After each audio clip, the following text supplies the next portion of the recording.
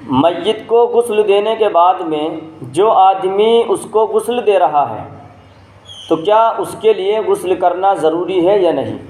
شریعت اس سلسلے میں کیا کہتی ہے؟ دیکھیے گا، اس سلسلے میں دارالفتاء دارالعلوم دیوبند کا فتویٰ یہ ہے کہ میت کو غسل دینے کے بعد میں جس نے اس کو غسل دیا ہے